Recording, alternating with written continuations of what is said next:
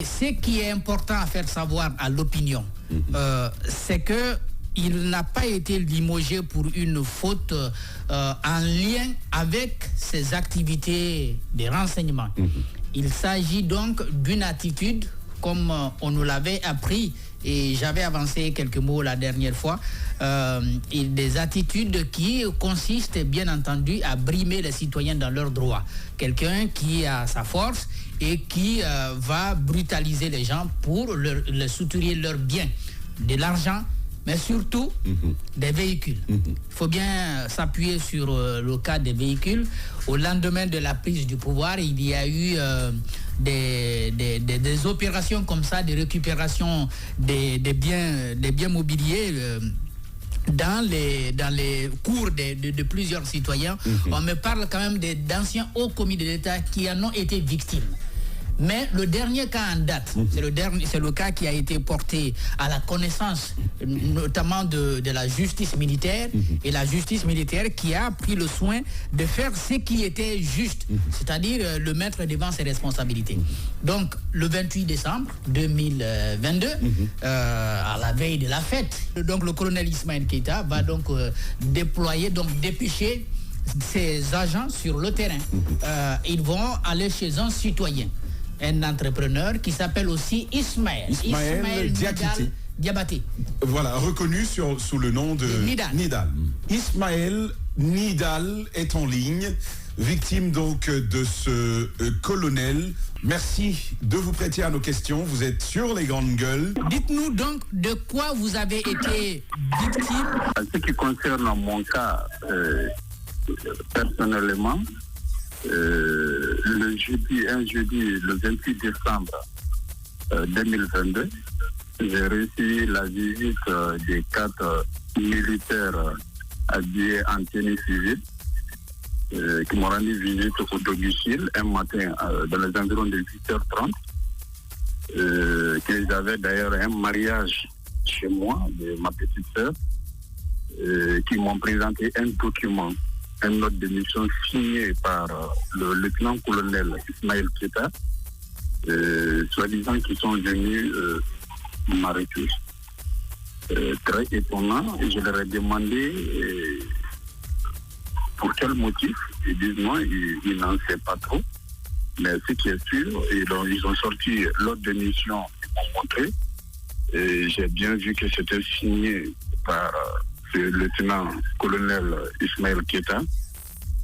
J'étais curieux de savoir réellement comment les militaires peuvent quitter pour venir directement derrière un civil, un citoyen chez lui. C'était étonnant. Je leur ai demandé s'ils ont eu un mandat de la justice.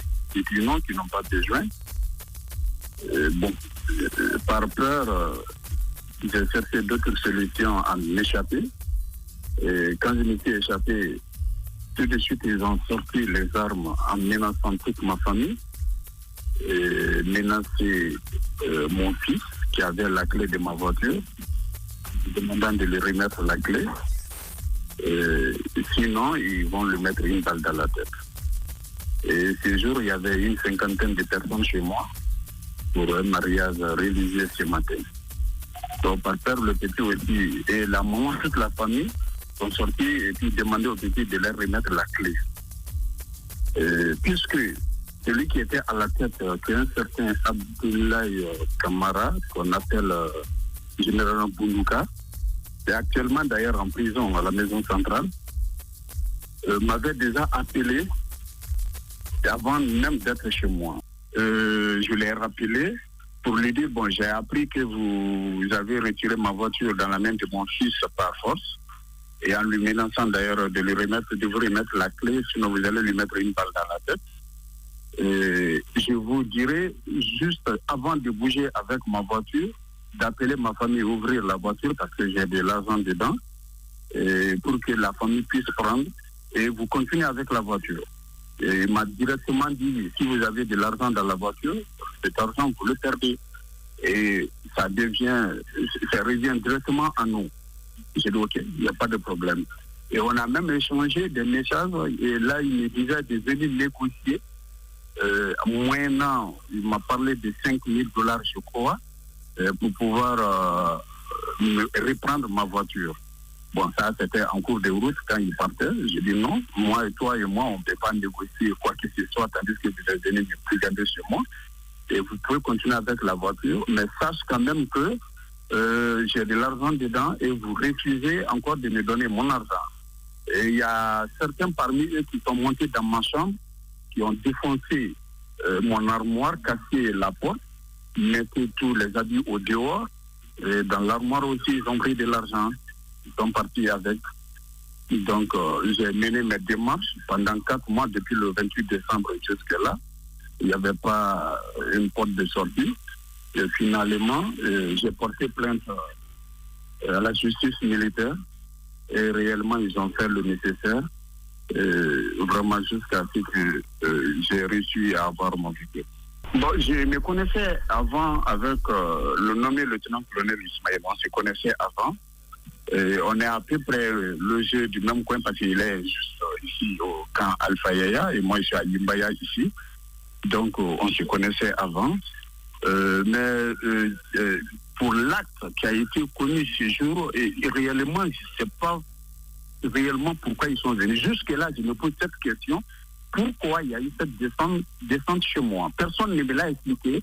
Mais depuis que la voiture est partie, toutes les activités, ils ont arrêté toutes les activités. Il n'y avait plus de poursuites, il n'y avait plus de menaces. Donc je me suis dit que c'est le véhicule qui les intéressait. Donc, et dans la voiture et aussi chez moi, l'argent qui était parti s'élevait à 77 000 $. Moi, personnellement, je suis un entrepreneur. Je venais juste d'avoir un contrat de la construction d'un duplex d'un monsieur qui m'a fait un premier versement qui était chez moi.